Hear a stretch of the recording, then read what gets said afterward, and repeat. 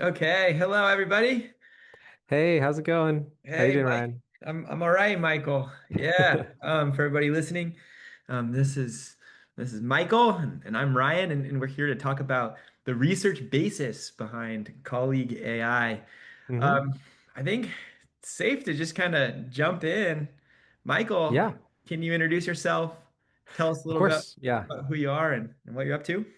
Uh-huh. Sure. So I'm a master's student studying education policy at the University of Washington, and I've joined the Amplify Learn lab in partnership with Colleague AI earlier this year in January. So my advisor is Dr. Min Sun, who is the founder of Colleague, leader of the lab. And I've been studying things like tutor evaluation, helping out with some of the other research projects going on in the lab. But yeah, happy to talk about that and kind of give my take on our research progress. Fantastic. Thank you, Michael. How's it going? How are your studies Yeah. progressing so far this year? Yeah, it's been a busy week. So I have had a lot of classes that are really exciting, like qualitative and quantitative research methods, and it's really building upon the knowledge that I need to conduct the research that I'm interested in.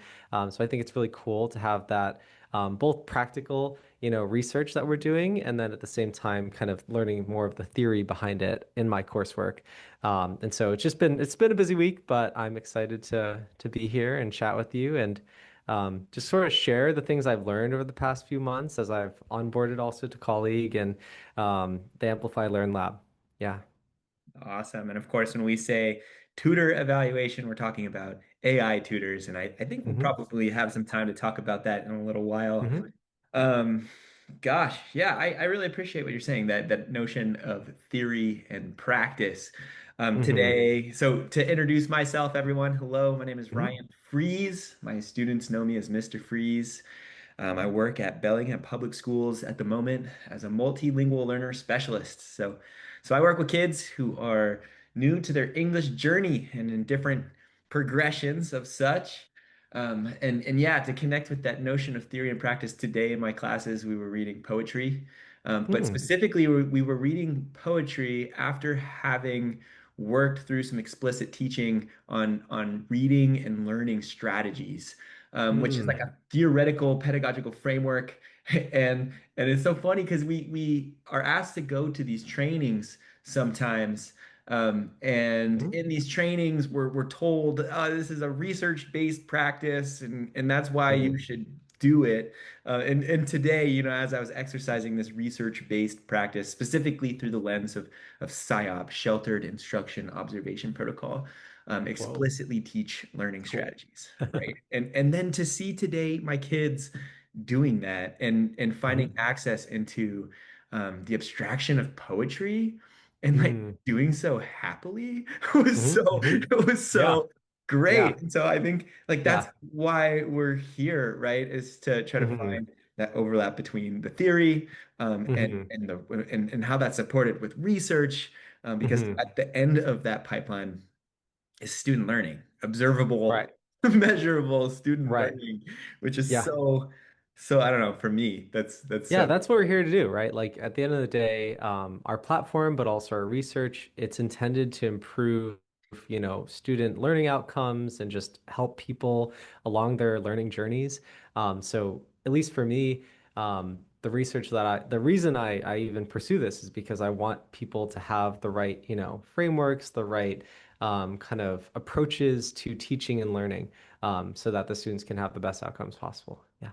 for Cool. sure. And when I look at AI platforms, other ed tech platforms that are offering an AI and education service, like one of the things I see is there's case studies, and then colleague often talks about the research, and I Mm. personally am not fully aware of the difference between those two things. Can you Yeah. help us out here? Yeah.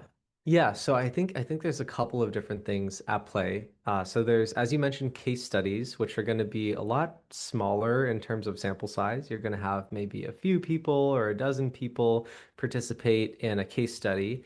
Then there's also like a larger scale kind of quantitative research, something we do here as well. Um, And then there's also the idea of user research. So working directly with, people who use your platform to get kind of minute changes to your platform. So in any case, I think a lot of companies who work on edtech products are more likely to do smaller case studies, kind of user research, basically working with, a few people through some testing platform, or maybe they recruit people, with some small incentive to test out a feature. And we do some of that work at Colleague. That's definitely on the practical side of our engineering team and product work. But we also do some heavier theoretical research. So we have a dedicated research team, which is my lab, the Amplify Learn lab. It's a lab that was, founded by Dr. Sun out of University of Washington, and Colleague actually originally grew out of that effort. Um, so she ended up spinning up Colleague as a startup, as a small business, out of this lab. And this lab has a couple of other researchers. So there's some PhD students, myself. We have a principal research investigator, and they're all really excellent researchers, putting out papers that are focused on things like all sorts of things, like rubrics, grading with AI, lesson planning with AI. So a lot of these types of research are not just about, hey, does this feature, work a little bit better if I move this button, or if I change this flow a little, but actually getting down into the deeper, pedagogical structures and frameworks on how do people learn effectively, and then applying that with AI. Yeah. Totally. So Hmm. publishing papers. I heard you use the word heavier. Yeah. And when Uh-huh. I think heavier, I'm just thinking maybe there's a dimension of rigor. Yeah, We're totally. talking about peer-reviewed papers. Is that kind of what you're saying? Yeah, yeah, good point. So definitely we submit a lot of our papers to different journals, different conferences. So usually you'll have a couple of people reviewing your paper, just making sure the quality and academic rigor is there, that your results are valid, that they're reliable, that it's not just you, kind of doing your own testing without respecting kind of the way that research is typically conducted.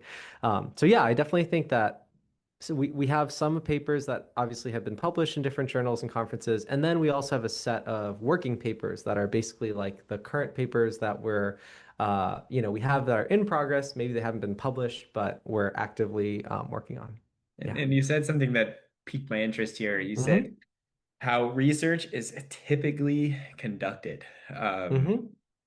How is research Yeah. typically conducted? Yeah, I mean, there's so many different methods to be honest. So it's hard to say for in general, but I think we do a mix of different methods. So at Colleague, we have some qualitative research methods, we have some quantitative research methods, we have some mixed methods studies, which is actually the area that I'm personally interested in kind of developing in and learning, and doing my own research in.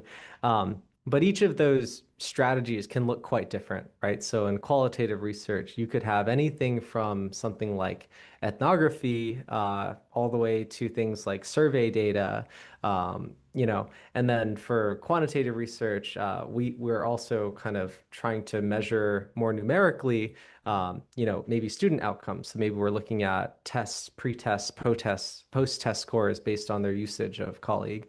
And so the designs of the studies can definitely vary depending on the research questions you have and the data that you have. Yeah. Hmm. And then so you'll perform colleague will Hmm. perform this research, whether it's Hmm. qualitative or quantitative. Hmm. And sometimes it's mixed. I'm understanding that, Hmm. that you guys have mixed methods as Right. well. Yeah. And then you'll incorporate your findings into design. Yeah, yeah, that's a great question. So a lot of our features, not all, but most of them have a kind of research-backed intent behind them. So, for example, I think one of the very early features on our platform was the lesson planning.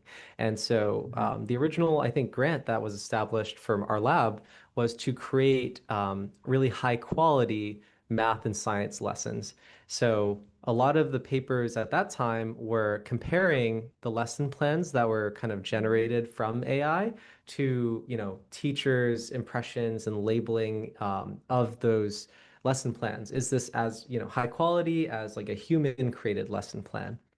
So that was kind of like the very start of our lab.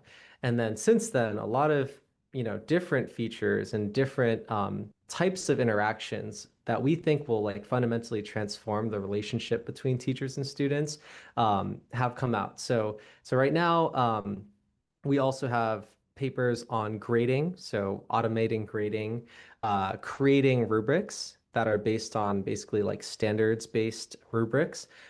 So students, it can take a lot of time for them to create these kinds of rubrics. And can we create a rubric with as high quality as, or close to as high quality as a human would? And so basically comparing those types of things. And then my personal research area or interest is in tutoring. So that's a feature that you see in a lot of platforms, but it's still fairly early stages in terms of evaluating whether tutors are truly helping students learn and increasing their knowledge, or if it's just, something that they're kind of interacting with and not really gaining real pedagogical knowledge from. So, yeah. I Does would that love answer to. your question? Yeah, Yeah. yeah, absolutely. Yeah. And I would love to dig into one of those a little bit more deeply.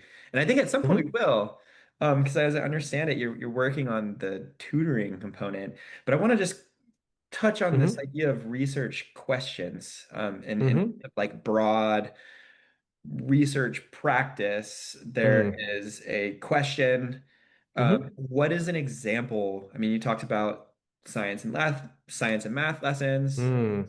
You talked about rubrics and grading, tutoring. Hmm. What is an Hmm. example question that you might ask as you launch into a research project? Yeah, yeah. Let me pick something that's kind of different than one of the papers that we've already published, kind of co-create one with you. Yeah. So if we think about the platform itself, there's so many different things that we can do. We can talk about maybe like slide generation. That's one of the features on our platform. And so maybe your question is about whether the slide generation is comparable in terms of quality to Mhm. another human created slide deck. So if you give like a AI that task, and if you give another teacher a task of creating, these high quality slide decks, which one you might measure, which one do human raters prefer? And so then you could see, hey, does this AI generated slide deck meet a certain level of quality? But you could take that research question in many different directions too, right? Because if you're interested ultimately in like a bigger question, such as does this slide deck format actually serve students and increase like the way or improve the way that they learn during class. Like those are kind of different setups and they require different methods of data collection. So those are just some examples of questions, but you can imagine like an infinite set of questions. And basically your job as a researcher is to pick the questions that are important and also to some degree feasible for you to answer. It may be prohibitively expensive to collect data on. And you need to make sure that the way that you're collecting data matches up with the actual constructs that you think you're measuring. So, for example, you might think that you're measuring student intelligence by administering a test, but maybe that test isn't really indicative of their intelligence level. And so there's a lot that goes into like valid and reliable research design and data collection methods, because you could also design studies that have no real basis in effectively are useless. Yeah. Yeah. Yeah, Hmm. yeah, for sure. Hmm. Um, I like that branching that Hmm. you just described around Hmm. how does the tool work, Hmm. and then does that tool working correspond to student learning? Hmm. You know Hmm. what I mean? Right. Like I love Right. that progression. Right. And I think that that has to happen. And I hear Hmm. that that's what colleagues trying to do is Yeah. to make that happen. And Right. that's happening kind of through this arm of Amplify. Yeah, if you think about that, that's more about the original, principle was creating lesson material, but now we're growing into the space of actually changing how teachers and students interact with technology. You can actually have these interactives. You can do AI grading, which changes kind of the way that you would normally do your grading process, right? You can do rubric generation with AI, which then you can provide to your students, and that allows you to like really streamline that whole process. So yeah, I think a lot of the features are expanding beyond just creating, a slide or a picture, but actually changing the interaction between students and their teachers. Yeah. Yeah. And Hmm. colleague AI itself, in terms of like a widely available product, is fairly new, Hmm. right? I Yeah. mean, it spun off at the lab last year. I think about, yeah, maybe 2 years ago. So it's only been out for that amount of time. And yeah, you can see basically every week, every month, there's new updates and exciting things coming out. So It's yeah. true. Hmm. Cool. Um, Hmm. one of the things that came across my radar was Dr. Leaf Espinashade. Is that how you say it? Hmm. I'll leave it at that. Yeah, we can Leaf. We'll call He's him Leaf. yeah, Yeah. yeah. He's the head of research, is that right? Right. For Yeah, yeah. He's Amplify? our principal, yeah, research head of research. Okay. And he recently talked about colleague AI gathering information from teachers all across the country to Hmm. understand what they're doing with AI. And Mm. I have a vision of Hmm. what we're doing in my building. Hmm. And so it just makes me curious in the context of Amplify's research, Uh-huh. what are some of Amplify's and Leaf's findings? Yeah, so there's two things that come to mind. So I think what you're referring to is probably our RAND survey. So there's a big study where we are surveying thousands of teachers in a nationally representative sample about their attitudes towards generative AI. Things like how do they currently use AI, the district trainings that are provided, the ways that they perceive their students to use AI, whether they think AI is actually helpful or detrimental to their students' learning.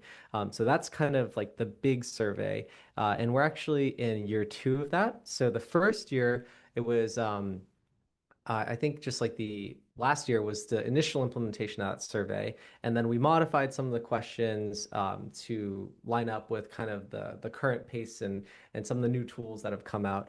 But the second year, we're going to compare some of the results from the first year survey to the second year and see if attitudes have changed or shifted towards generative AI. I think that'll be really interesting research that we'll do and that the results have not come back from that yet. We've only just put out that survey a few weeks ago.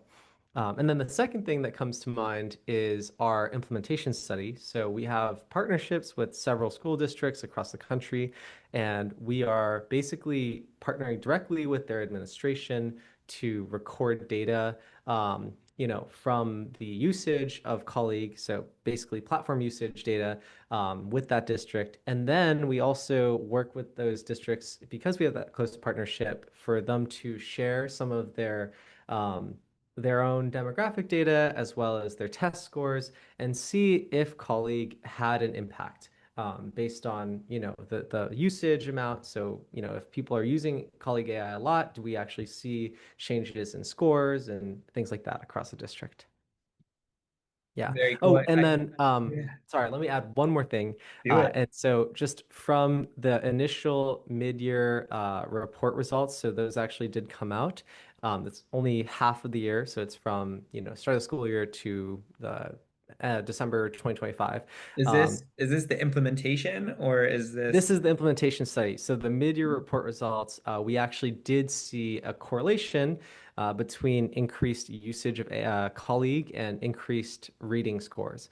And so that's something that we have to dig into a little bit more, and we'll see more at the end of the year. So after school wraps up, the school year wraps up, we'll do a end of year implementation report. Whoa, very cool. Mhm. Correlation. What does that mean? Can you define that for us? Yeah, correlation is basically just like a linear relationship between the outcomes. So your independent and dependent variables in this case. So our treatment or intervention is colleague, introducing colleague and having teachers and students use colleague in the in their district. And then the outcome variable, dependent variable would be their reading scores. So did we observe in the pre-post test an increase with, an increase of reading scores that is linearly related with the usage, higher usage of colleague is related to higher test scores. Yeah. Now it's coming back to me, Michael. Mhm. I'm being reminded of my high school statistics career. Right. In Yeah. my head, I'm visualizing. I see your Cartesian grid. I've got my y-axis and my x-axis, It's and yeah. I see a line, and I see some Yeah. dots, and then I see Yeah. Uh-huh. Right. space as it fills in Right. around the dots, right? Right. Yeah, we're hoping for the line to go up and to the right. That's what Yes. that's what you want. Yeah. And it sounds like so far Yeah. preliminary results suggest Hmm. that that's where they're going. I Yeah, could I think we're really say excited. I Hmm. could say for sure that for what I observe in my classroom, just and my general ability to Hmm. plan and prepare and meet the needs of my students this year Hmm. compared to last year, I look Hmm. back and I'm like, how did I ever do this before? Mm. And Wow. Yeah. like I said today, like I see Uh-huh. evidence of growth every day, and Awesome. it's pretty cool. So this Hmm. N of one right here connects hopefully to the larger N within the implementation survey. Hmm. Hmm. And Yeah. Yeah. No, I mean, that's definitely, we want to combine, like we were saying earlier, with mixed methods, the qualitative feedback we hear from teachers, from our partnerships, the feedback we get with some of this more quantitative data as well, and kind of see what that narrative ultimately combines to tell us. Yeah. very Mhm. cool. I can't wait to see the RAND survey Hmm. on how they're feeling and how they're using AI. Hmm. That's a really interesting one. Hmm. And I Hmm. can't wait to see the results of the implementation study. Yeah. And Yeah. you yourself mentioned that you're working on some research as That's right. Yeah, well. my Yeah. area of interest has been tutoring. So, like, just from a personal background perspective, I have been a tutor with the Boys and Girls Club previously, as well as Seattle's public schools. They have a youth tutoring program. And so it's just something that I had an inherent interest in before I decided to pursue this master's. And when I joined Colleague, there was this opportunity to do evaluation of their tutoring feature. So it was just like something that I had to jump on and work on. And so I'm actually thinking about writing my master's thesis in this area. Um, and basically, what happened was when I started at Colleague, we first conducted and when I say we, I mean I conducted a literature review looking at how are tutors, especially AI tutors, currently being measured. Because do we really even know if AI tutors are helping students, hurting Mhm. students? Mhm. Are students learning from using tutors? Is it more Mhm. effective or less effective than other ways of, spending their time as students? And so I was reading all these papers. This is kind of like the early stages of any research studies, just to familiarize yourself with what exists, what's out there. Mhm. Um, and make sure that the questions that you answer are adding to that body of knowledge, right? Because you don't want to replicate unless you're doing on purpose a reliability study to see if a study is replicable. You don't want to just copy someone's research question. You want to do something novel and interesting. And so I've been doing this literature review. I've taking a look at, dozens and dozens of different ways people think about measuring not just tutoring, but also AI. And one of the things that really came up as a common thread was LM as judge, basically using AI itself to measure the outputs of your tutor, like, for example, our conversation level data. So you have a tutoring conversation and you want to know, was this tutor in this conversation doing a good job? Was it teaching the student? And also, ultimately, did the students learn something from that conversation? So those are some of the types of research questions that I'm interested in. Um, Now, the hard part is actually designing a study that can effectively measure those types of things. Yeah. Mm. Hmm. Mm. And so when we're talking about measuring these types of things, I imagine that's a methodology question. Is that right? Yeah, yeah. So one thing that's come up in these designs is like, how do you even score tutors, right? So one thing that's been a little tricky in my work so far is deciding whether we want to do like a numerical measure of how good is a tutor, maybe like on a Likert scale, a 1 to 5, from like very bad to excellent. Mhm. Um, or if you want to do things like Boolean, like, hey, did this tutor do a good job? Did it do a good job at, this facet of teaching? Yes or no, right? So true or false. So there's kind of like the numerical scoring, the Boolean or, true false scoring. And then there's also the idea of comparative, like head-to-head scoring. And so this is something I think I first read about in Google. Their Learn LM lab published uh, a paper on this, and they basically had like a arena for testing tutors, where they had tutors that would go like head to head, and then people would choose, hey, do I like the response of this tutor or this other tutor? And then you may have seen that in other AI tools. So if you've been using, conversational AI, you may have seen sometimes it'll present you with one response on the left and one response on the right. That's kind of like the same idea, and you choose which one you prefer. And that kind of data that you provide helps us to basically decide which models to use. Um, yeah, And so that's this that's is, one of the interesting questions we have. Yeah. and to clarify, when you're Hmm. talking about this side-by-side comparison, that's Hmm. purely from the research perspective. That's not in Mm. any way, that's not connected to the actual user perspective as they themselves are using the tutor, right? Yeah, I was just connecting to something I've seen in the industry. So if you've used, a conversational chat tool, whether it's ChatGPT or Claude or something, sometimes they will present you with a side-by-side view of just like two different responses. Maybe one has like a little bit more detailed wording, one has it's a little more short or something, and they'll actually do that. So you can think of that, and I'm not saying we do exactly that. I'm saying you can think of that as similar to this kind of head-to-head tutor evaluation, where maybe on one side you have a tutor, AI tutor, that was produced by this model. Let's call it like our Claire model from colleague, or we have another model, Charlie. We compare Claire's output with Charlie's output and see what do people prefer? What do people like better? Um, Yeah, very cool. And how's that going? It's coming along. I think the exciting part is I'm really getting in deep into the statistical background and knowledge of how to make sure that I design a really high quality study. I'm taking a class right now called Generalizability Theory that I think will really add to the rigor of my research. Mhm. And it's just it's a work in progress, I'll say. So I've done the literature review. We've designed a few of the different metrics based on that, kind of like a meta-analysis of existing um, tutoring metrics. And then my next step is to really refine the types of questions, the types of raters and scales that I use for that measurement. And so that'll be really helpful to have this kind of statistical classwork that I'm taking to help me along the way.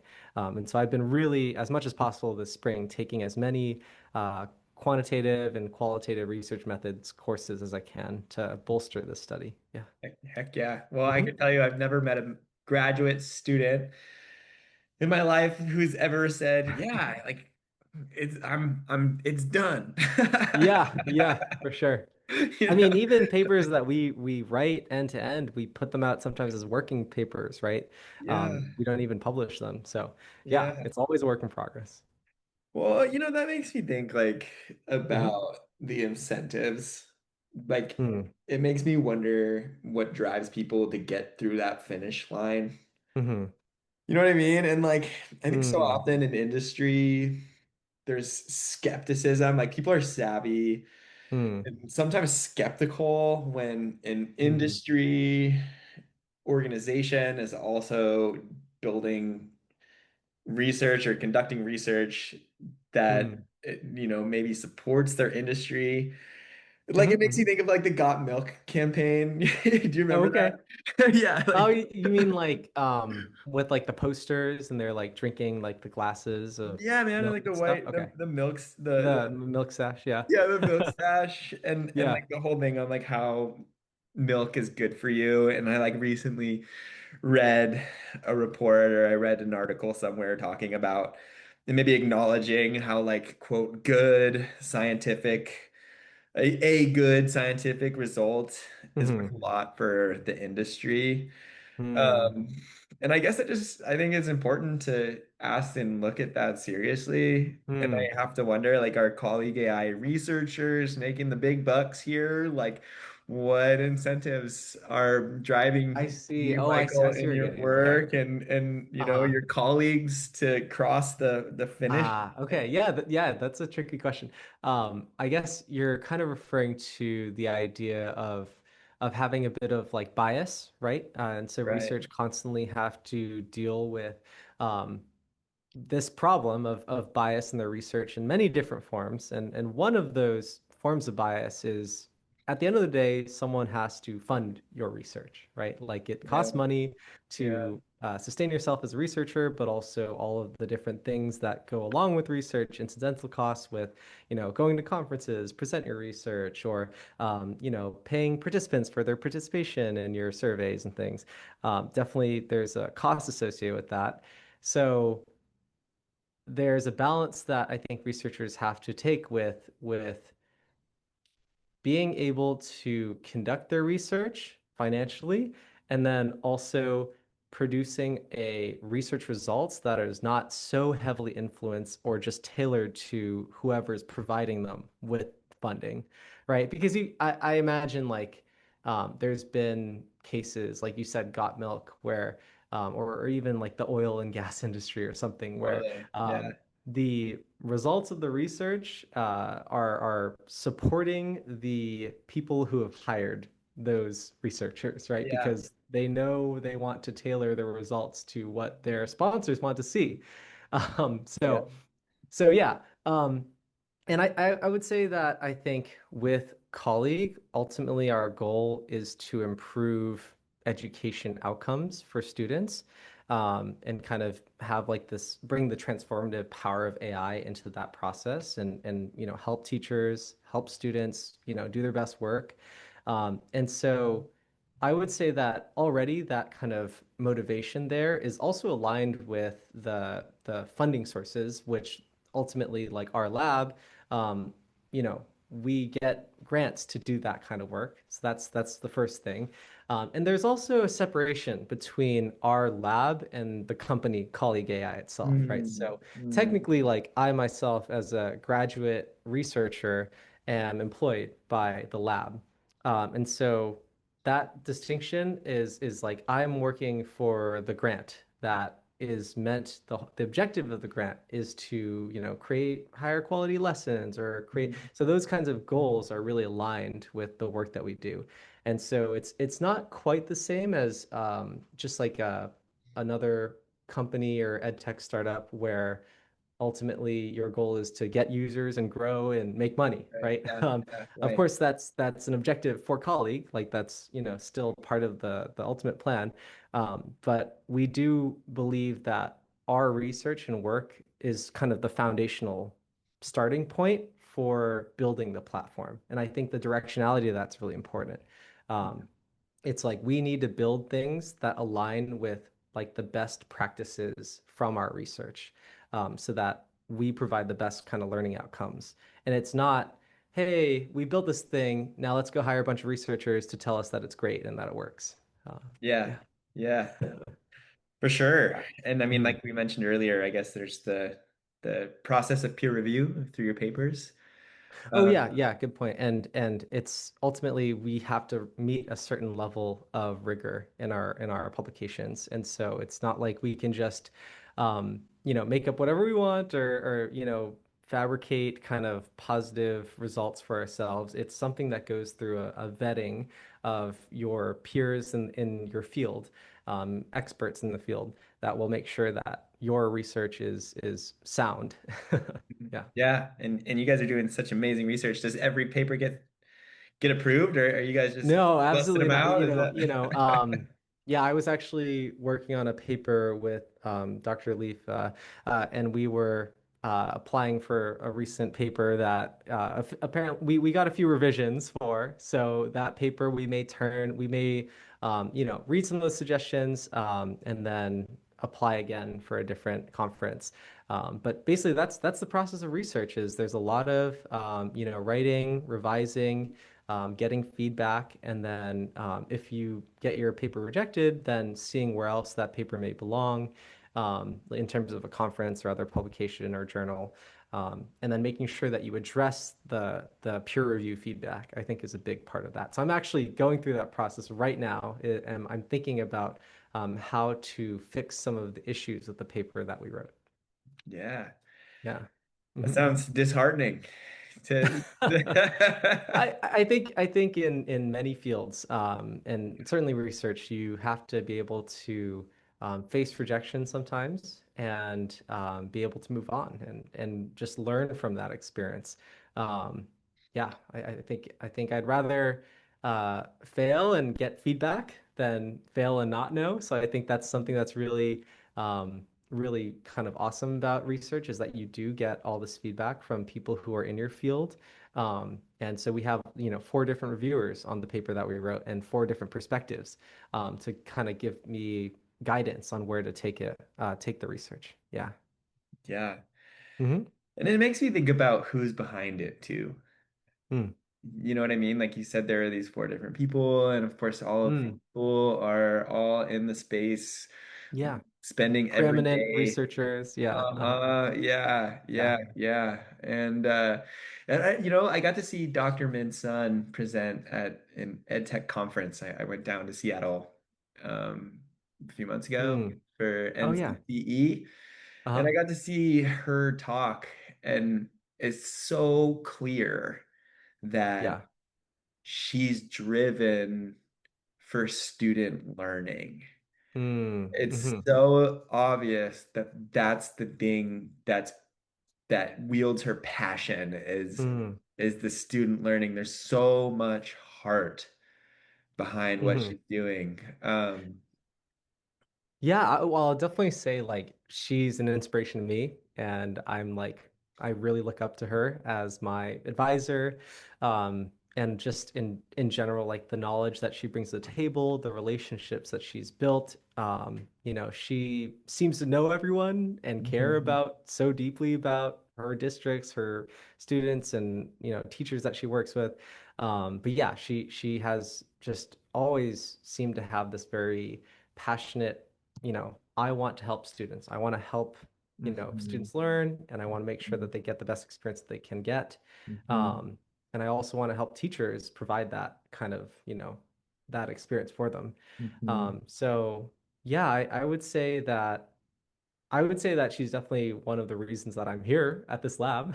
Mhm. Um, and I was very lucky to meet her, and be introduced to her. So Oh, yeah. cool. Yeah, Mhm. shout out Dr. Minson. Mhm. Thanks for everything you do. Yeah. Yeah, I feel that. Hmm. Which makes me think, like Uh-huh. about research itself and how Uh-huh. there is the theory and Uh-huh. the body of knowledge that Right. merges through the rigorous process of research Mm. from driven people like yourself Mm. and like other researchers in the lab. But then there's like this other thing you said there's this separate component. We've got the lab, and then there's the separate component that is the tool. And it's almost like I Hmm. can see how research itself can get lost in the academic space. Like I myself, Hmm. after graduating from my own graduate degree, no Hmm. longer have access to all of the Hmm. academic journals, Hmm. Hmm. right? And so for Hmm. me to like go in and I don't necessarily have that exposure to the cutting edge. Yeah, Um, that's almost a whole different discussion, which we could have it's a very long discussion about the accessibility of academic papers. yeah. But in general, I think what, Well, hold yeah, on. I mean, in yeah, terms of accessibility of uh-huh. academic research, we've been talking a lot about colleague AI's research. Is it public? Can I find it? Yeah, yeah, absolutely. So if you actually go to our website, we publish a lot of things on the colleague.ai website. So you can Hmm. actually navigate towards, I think, let me just take a look here.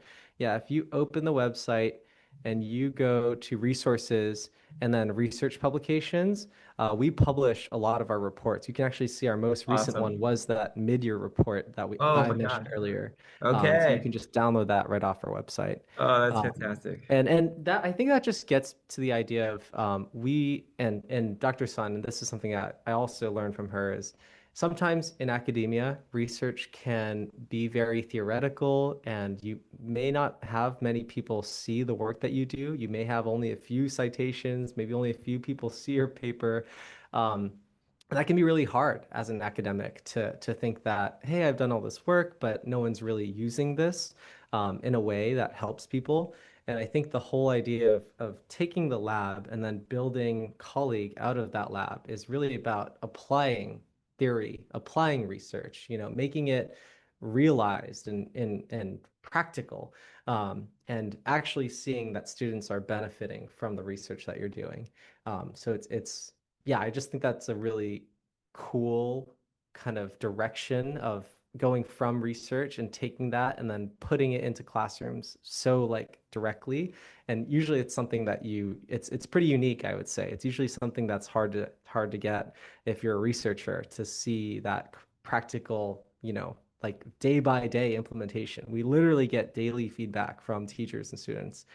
It's just awesome to see. Yeah. That is awesome to see. I will definitely post, or yeah, we'll work on posting Uh-huh. that link Yeah, for our absolutely. listeners into wherever this podcast is Hmm. published, because I think people should see that. They should look Yeah. at the what do you call it? The midterm, The mid-year mid-year. implementation report. Yeah. Yeah, and Hmm. look at that correlation themselves, Hmm. and evaluate the rigor Sure. of what's Sure. being done themselves. Yeah. I think that and it's that right there speaks to a quality component, right? If Hmm. if you're brave enough to share your work with the world Mm. publicly, I think Hmm. that also speaks to the confidence that all of you have Mm. when it comes to provoking and promoting growth in students in Yeah, learning I across think we content. all believe in accessible shared knowledge, right? We want the things that we do to have an impact on, the school districts we work with, but also other people who are interested in the kind of research that we do and applying it in their own ways, maybe building on it. I definitely encourage, like, if anyone is interested in research and wants to reach out to us, happy to talk about the work that we've done, or yeah, feel free to look at our reports. Yeah, I think any researcher actually would love people to read their research. So not a challenge there. Yeah. Uh, That's amazing. And mhm, we're talking about the feedback from teachers, and I shared with you that I use mhm, it all the time, and it's been so incredibly helpful. Lately, I've been exploring the AI agentic grading feature. Oh, yep, yep, yep. Um, That's our newest one. Yeah. the newest one. And, the other day I just dropped in all my papers. I scanned them in, sent them to my Mm, email. hmm. And like in terms of getting formative data, Hmm. as like a quick snapshot, like a Right. quick overview of Right. where we are in that moment. Right. Our Right. entry tickets, our Yeah. exit tickets, those things Huh? that used to just take so much time. Right. And like when I would triage across Hmm. my planning periods, Hmm. I, the entry and exit tickets were always the thing that like Mm. I just would get into the routine of just giving it the green check Mm. or the X, Hmm. you know what I mean? Mm. And barely Hmm. even looking at it and then Right. having like this sensation, like I just have this felt impression around Mm. how they're doing. Hmm. And like then there's no touch point on whether or not that felt impression is actually accurate because I'm not Mm. reviewing the data. So to have this Mm. Right. colleague AI Oh yeah. to support me in that, you know what I Yeah. mean? And Yeah. give me the broad overview has been Right. really, really, really helpful. That's awesome. Yeah, and it's cool how it can look at handwriting. Hmm. So we're not just plugged into the computer. Hmm. In fact, I feel Hmm. like honestly, since this year, we use the computer less. Oh wow. Yeah. Yeah, Yeah. we use the computer less because I'm able to automate systems like this, Hmm. and I can save some time. Yeah, it's multimodal, right? You can Yeah. put in, images, you can put in PDFs, you can put in all sorts of different content, and then, AI is capable enough that it can actually now process different types of data, not just, Mhm. text. Yeah. Yeah. Hmm. Yeah, and so it's like if there's a multiple choice questionnaire, like my students don't have to log onto their computer to like click Hmm. the bubbles anymore. I can scan Hmm. that through. They went through it on paper. Yeah, And totally. it seems to do a really good job Uh-huh. in recognizing those answer Right. choices in Yeah, that yeah, format yeah. specifically. Uh-huh. So I'm glad to hear that you like the grading feature and we want more people to try it out. We want more feedback. We're always open yeah, to, people who want to use our platform and give us feedback. We actually do genuinely read that feedback and try to yeah, use it to improve the platform.